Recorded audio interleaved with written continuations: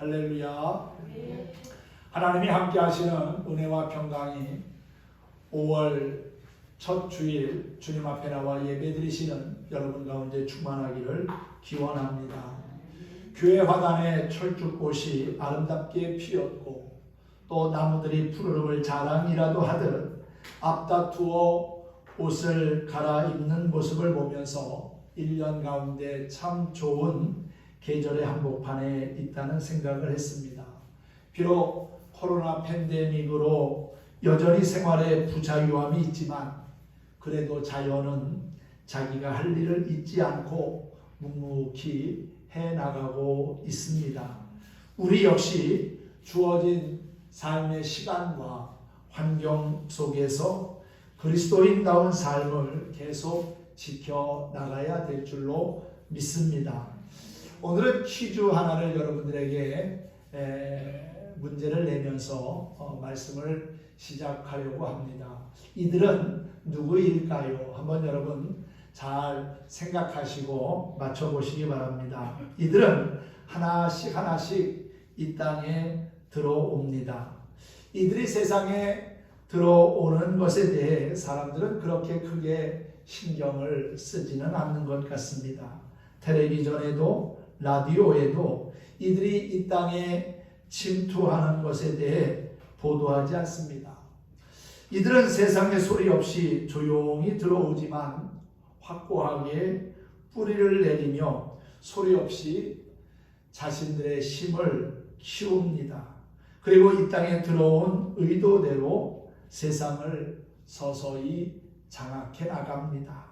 결국 이 땅의 모든 것이 그들 손에 넘어갑니다. 정치, 경제, 사회, 또 종교, 문화 모든 영역이 이들 수하에 넘어갑니다. 지금 우리 것이라고 주장하는 모든 것을 언젠가는 마땅히 그들 손에 넘겨주고 우리는 밀려나야 합니다. 이들은 누구일까요? 정답은 아이들입니다.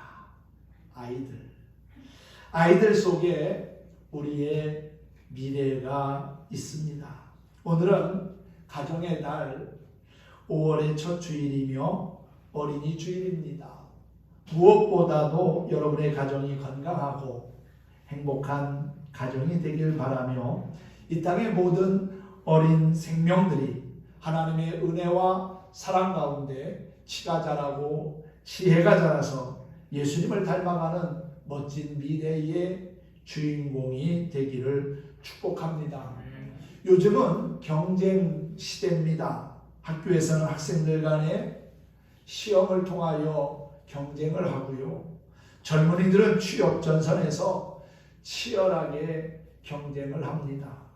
또 직장 내에서는 누가 더 빨리 승진할 것인가? 승진에 대한 경쟁이 있습니다. 많은 사람들이 좀 더 나은 현실을 위해서 경쟁력을 쌓아가고 있습니다. 그렇다면 우리의 신앙생활은 어떨까요? 신앙생활에서도 경쟁력을 길러야 합니다. 사회에서 능력과 경험을 쌓듯이 신앙생활에서도 영적인 경쟁력을 키워나가야 한다는 것입니다. 온유와 겸손으로 예수님을 닮기 위해 영적 경쟁력을 쌓으면 어떤 시험과 유혹 앞에서도 우리는 흔들리지 아니하고 당당하게 맞서며 이겨나가게 될 거라고 믿습니다.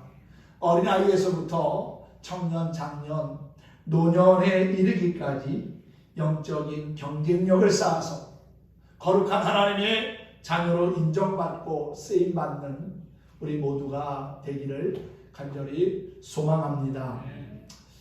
거울은 우리의 모습을 있는 그대로 보여줍니다.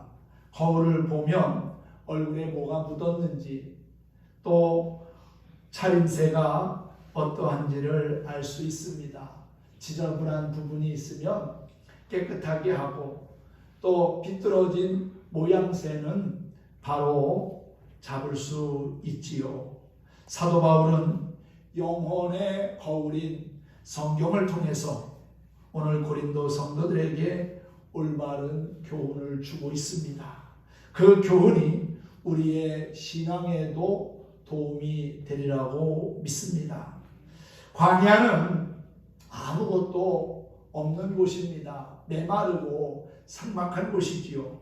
하지만 그런 곳에서도 죄가 발생한다고 하는 사실을 아십니까?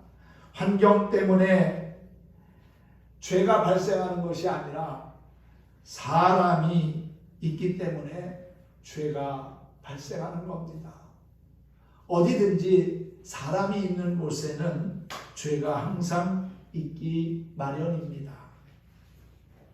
많은 사람이 범죄의 이유를 죄 지을 만한 환경 때문이라고 생각합니다. 환경이 자신들을 그렇게 죄 가운데로 몰아갔다고 주장합니다. 환경만 바르게 고쳐지면 아무런 문제가 일어나지 않을 것이라고 착각합니다. 하지만 이스라엘 사람들은 광야에서 하나님께 직접 만나와 메추라기를 공급받으면서도 불기둥과 구름 기둥으로 인도와 보호를 받으면서도 죄를 지었습니다. 이스라엘 백성은 아무것도 없는 공간에서 하나님의 큰 은혜를 입었음에도 불구하고 죄를 지었는데 하물며 우리는 어떻습니까? 사람은 광야에서도 원망하고 불평하고 간음하고 하나님을 시험하는 죄악된 존재입니다. 우리도 이스라엘 백성들과 크게 다르지는 않습니다. 그래서 하나님은 우리에게 늘 조심하라고, 죄 가운데 빠지지 않도록 조심할 것을 말씀하고 있는 것이지요. 하나님의 말씀 앞에 날마다 서지 않으면 날마다 죄가 우리를 삼키게 될 것입니다. 광야에서 이스라엘 백성은 자주 넘어졌습니다. 우상 숭배와 간음과 또한 하나님을 시험하고 원망하는 일들을 일삼았습니다. 그래서 넘어졌지요. 사도 바울은 이 모든 것이 본복이라고 말합니다. 우리도 이러한 죄를 지을 수 있다는 경고의 메시지지요. 야고보 사도는 말씀을 듣기만 하고 행하지 않으면 쉽게 잃어버리게 된다고 경고한 바가 있습니다. 넘어지지 않으려면 영혼의 거울인 성경의 말씀을 보는 것으로만은 부족합니다.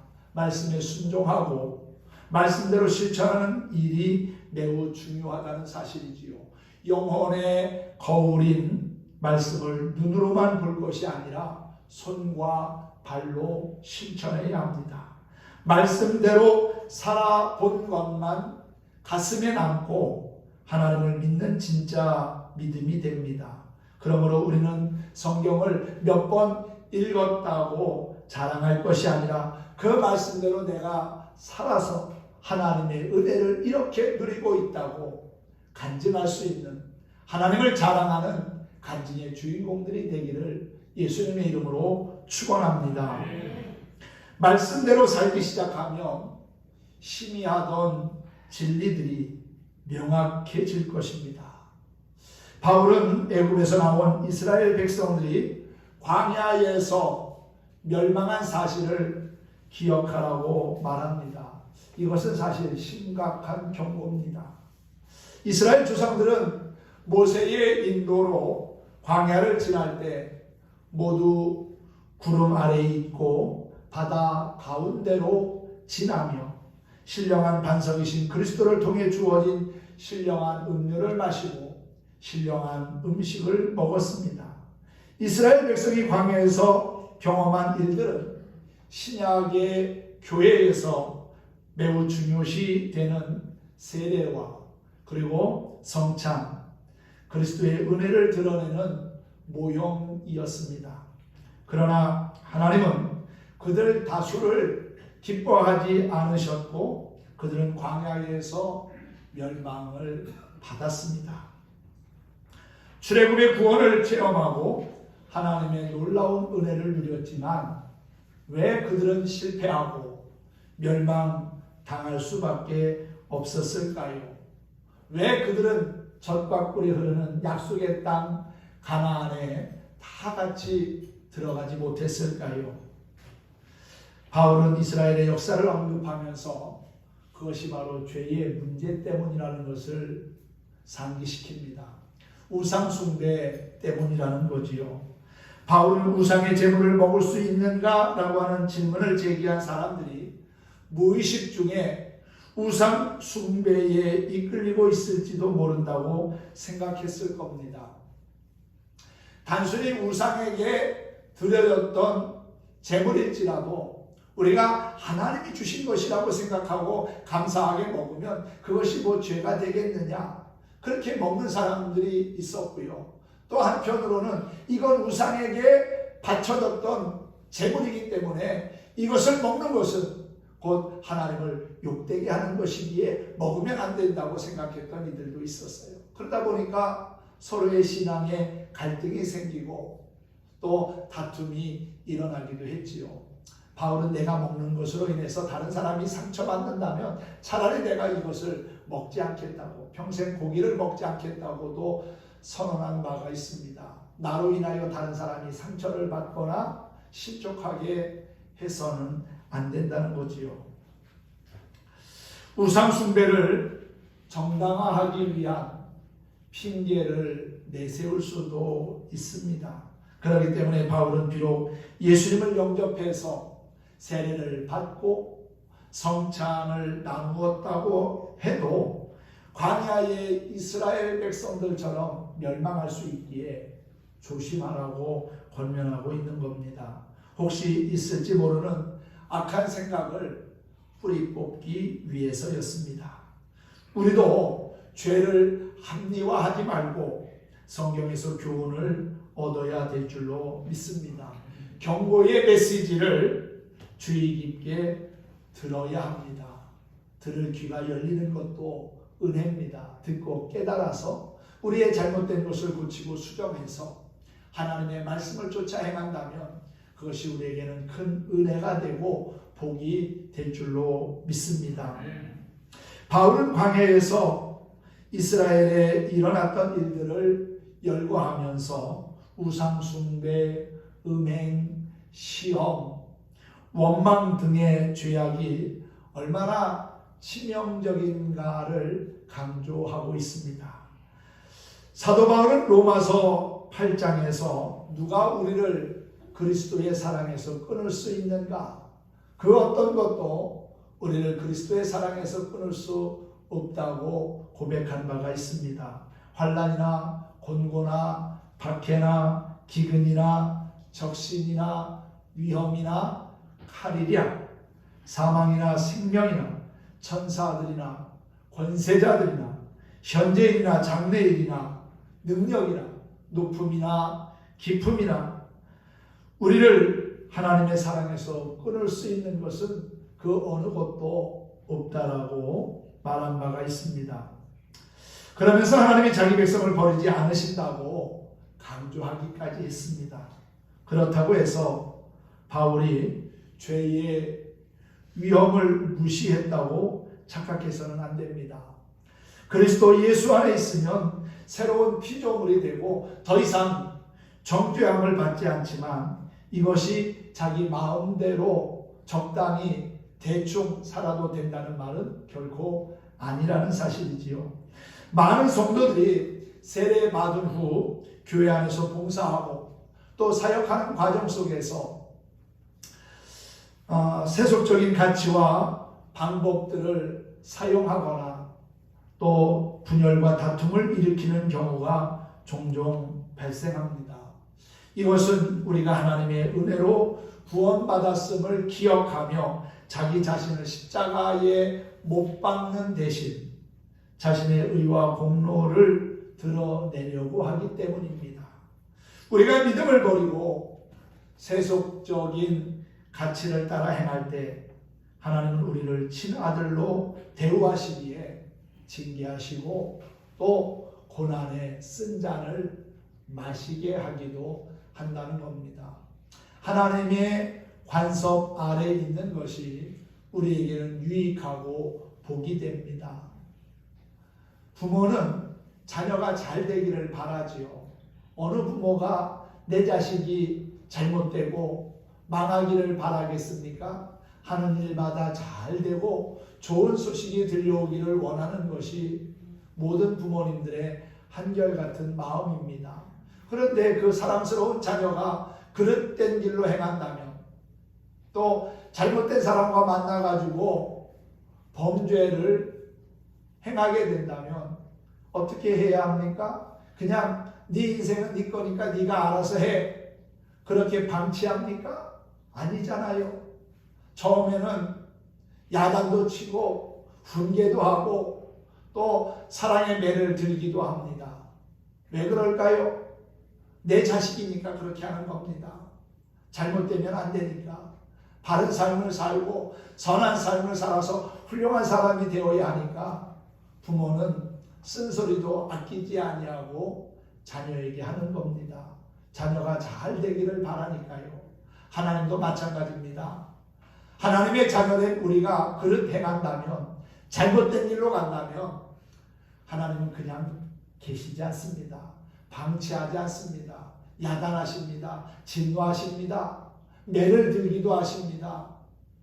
그 이유는 바로 우리를 사랑하시기 때문에 그렇다는 것이지요. 하나님이 사랑하지 않으면 우리에게 관심 갖지 않으실 겁니다. 사랑하시기 때문에 관심을 가지고 징계도 하시고 야단도 치시고 또 고난의 과정을 지나가게 하시기도 한다는 겁니다. 그래서 하나님은 사랑의 하나님이시고 또 우리를 바른 길로 인도하시는 내 인생의 선한 목자지요. 사랑하는 성도 여러분, 하나님이 사랑하시기 때문에 우리를 바른 길로 인도하려고 책망하시고 또 훈계하시고 야단하시는 그 과정을 싫어하기보다는 오히려 깨닫고 감사함으로 받아들인다면 그것이 우리에게 유익함이 되고 복이 될 줄로 믿습니다. 우리는 하나님의 은혜로 구원을 받았기에 늘 감사하며 살아야 합니다. 하나님의 선한 뜻을 구하면서 하나님과 동행하기를 힘써야 한다는 것이지요. 하나님의 마음을 깨닫고 돌이키다 보면 하나님이 우리에게 부어주시는 풍성한 은혜를 경험하게 될 줄로 믿습니다. 오늘 사도 바울은 7절 가운데 이러한 말씀을 합니다. 이스라엘 조상들이 범한 4가지의 죄악들을 7절과 8절, 9절과 10절에서 각각 소개하면서 이러한 잘못된 모습을 다시는 되풀이하지 말자고 권면하고 있지요. 광야 생활 중에 이스라엘은 우상을 숭배했으며 음행을 하다가 하루에 23,000명이 죽었습니다.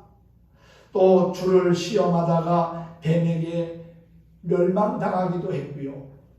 또 원망하다가 많은 사람들이 목숨을 잃기도 했습니다. 바울은 이것을 본보기로 삼아 선줄로 생각한 자는 넘어질까 조심하라고 그렇게 말씀하고 있는 거지요. 바울이 고린도 성도들에게 언급한 이스라엘 백성의 죄목은 우상 숭배와 간음, 하나님을 시험하고 원망한 것입니다.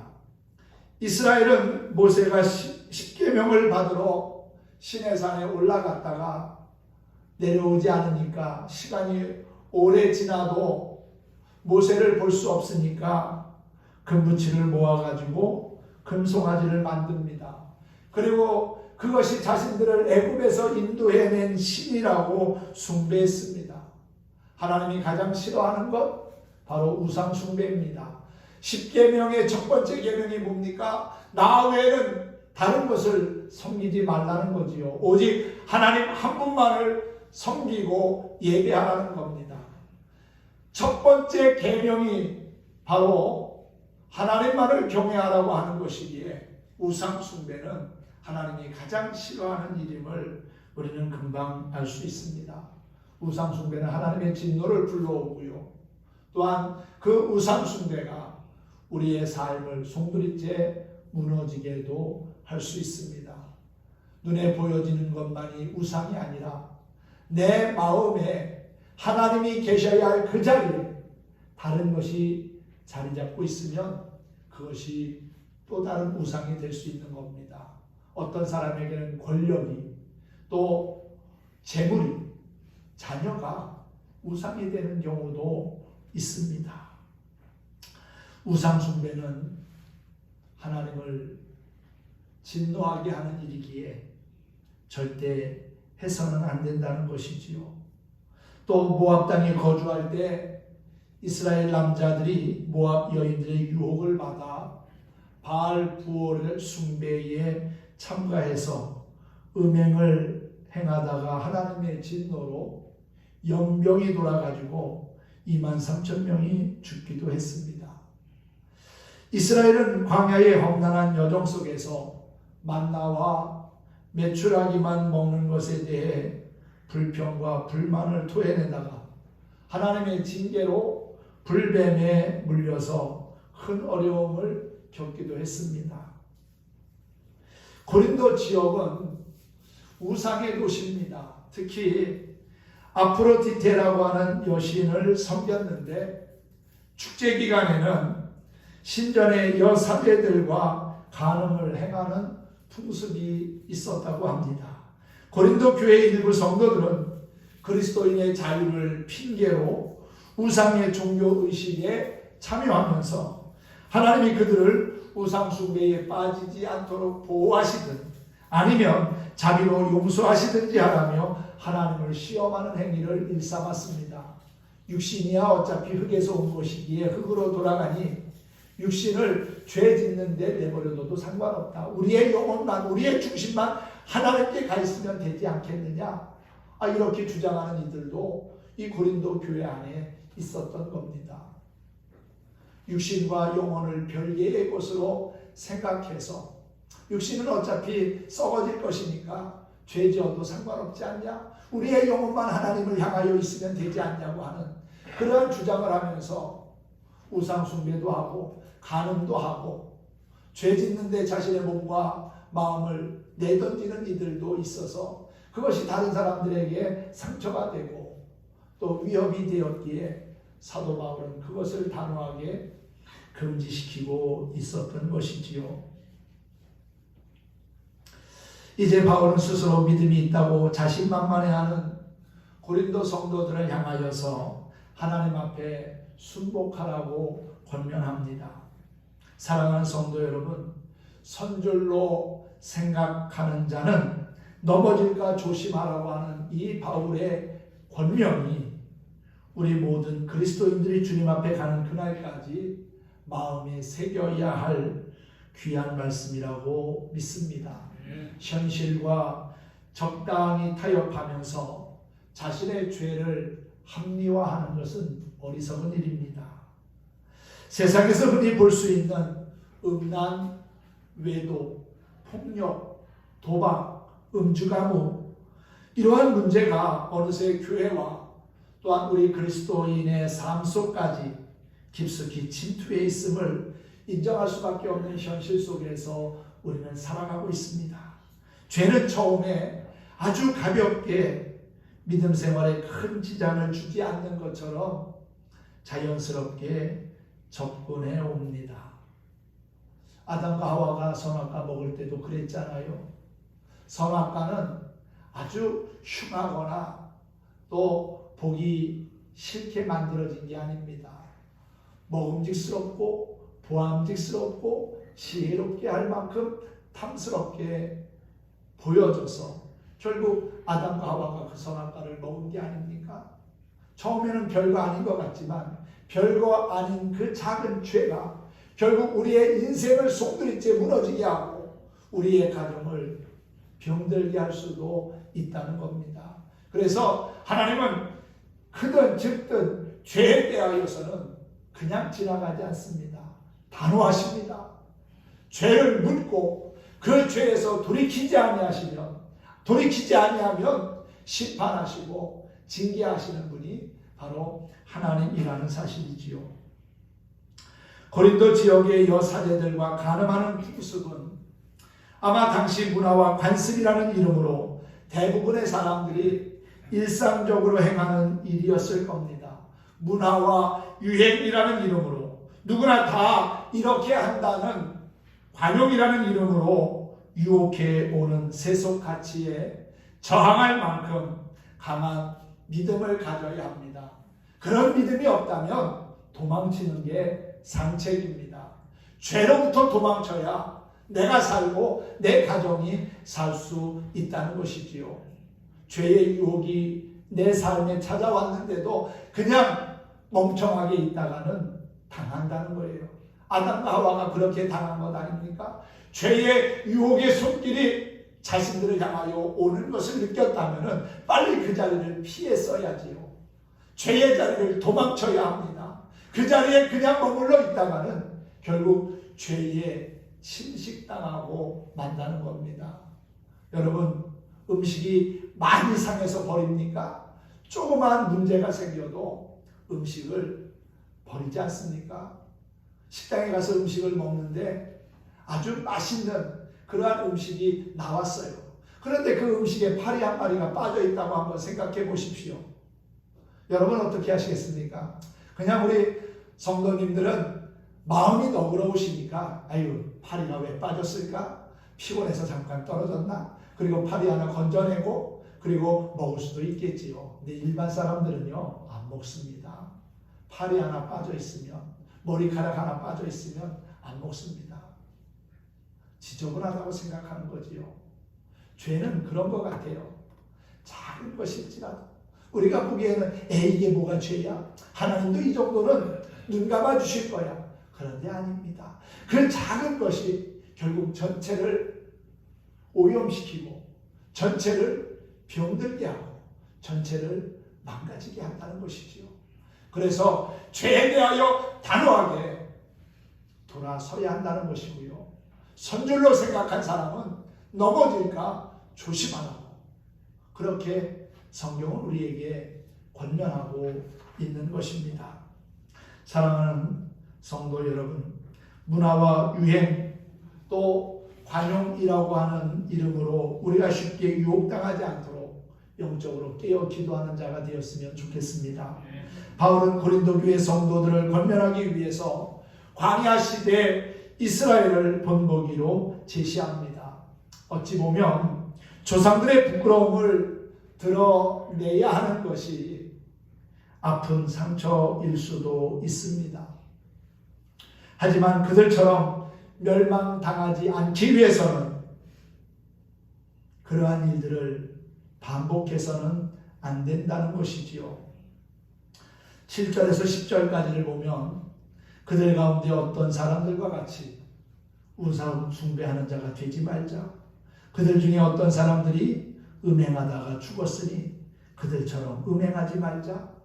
그들 가운데 어떤 사람들이 주를 시험하다가 뱀에게 멸망당하였으니 주를 시험하지 말자. 그들 가운데 어떤 사람들이 원망하다가 멸망당하였으니 우리는 원망하지 말자. 그렇게 권면하고 있는 겁니다. 물론 선조들의 좋은 점들도 많지요. 하지만 좋은 점은 잘 받아들여서 발전하고 계승시켜 나가야 하는 것이 당연하지요.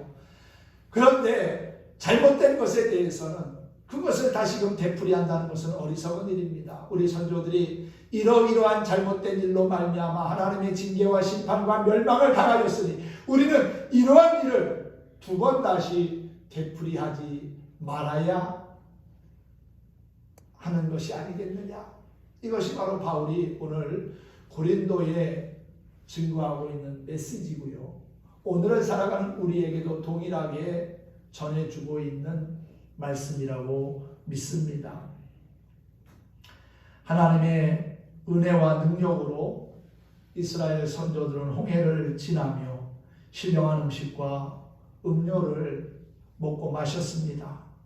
그러나 그들은 우상을 숭배하고 음행하며 하나님을 시험하고 원망과 불평을 일삼았고요. 그 결과 어떻게 된 겁니까? 약속의 땅, 가나안 땅을 바로 앞에 두고 광야에서 쓰러져 갔다는 것입니다. 믿음이 있다고 생각해 영적으로 교만해진 고린도 성도들에게 바울은 오늘 힘있게 외칩니다. 그런즉 선줄로 생각하는 자는 넘어질까 조심하라고 말입니다. 그리스도인은 죄에 대하여 민감하게 반응해야 합니다. 한번 구원을 받으면 영원히 안전하다는 식의 아니란 태도는 거룩한 삶으로 이어지지 않습니다. 세상의 유혹과 죄에 이끌려가지 않도록 매일 우리의 자신을 살필 수 있어야 합니다. 사람의 영적인 신분은 예수 그리스도를 믿음으로 말미암아 마귀의 자녀에서 하나님의 자녀로 단번에 바뀌지만 거룩한 삶은 끊임없이 죄를 피하고 성령을 따라 살아야만 가능하기 때문입니다.